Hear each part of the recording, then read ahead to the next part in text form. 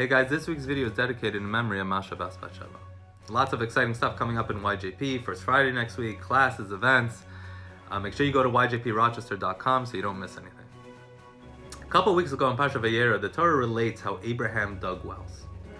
And in this week's Torah portion, Parsha Toldot, we read a lot about how Isaac, his son, was going about excavating these wells and dealing a lot with these wells that Abraham had dug.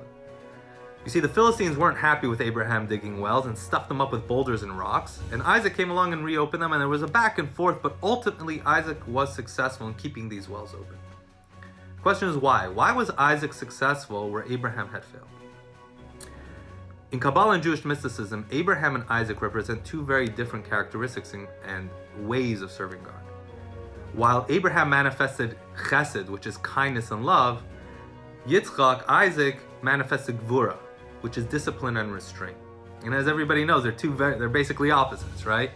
Love and kindness is very broad, open, very passionate, extrovert, while discipline and restraint is more introverted.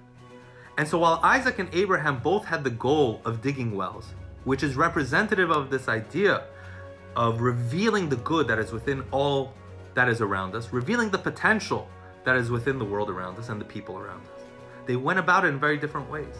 Abraham was moving from place to place. He was open-hearted. He was kind. He was loving. He had a huge following. Indiscriminate. Whereas Isaac was also passionate, but it came from a place of discipline and restraint. It came from a place of awe. He didn't have such a huge following. Very different ways of operating.